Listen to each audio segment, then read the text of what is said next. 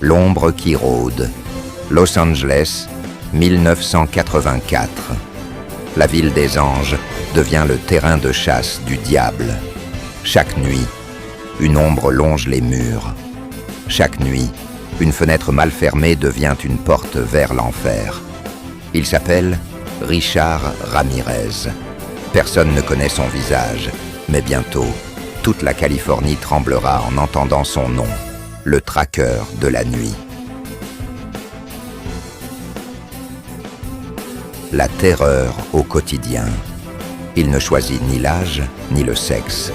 Pour lui, toute vie est une offrande à Satan. Une femme de 79 ans regarde la télévision chez elle. Elle entend un bruit. Il est déjà là, dans l'ombre du couloir.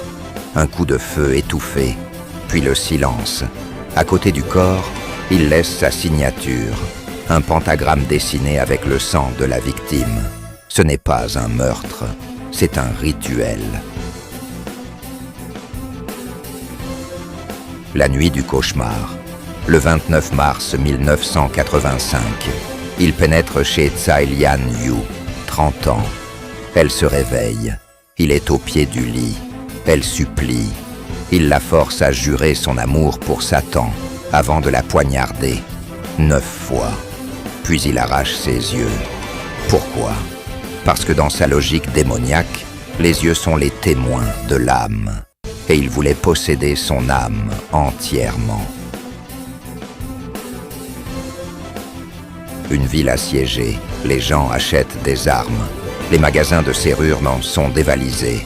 Les parents couchent avec leurs enfants dans la même chambre, un fusil à portée de main.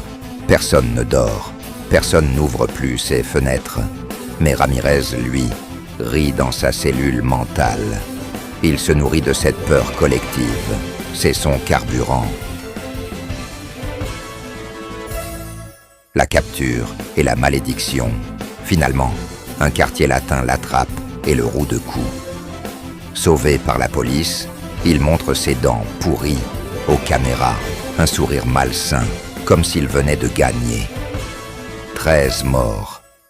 Mais le véritable crime dépasse les chiffres. Et toi, devant ton écran, regarde derrière toi. Est-ce que ta fenêtre est bien fermée ?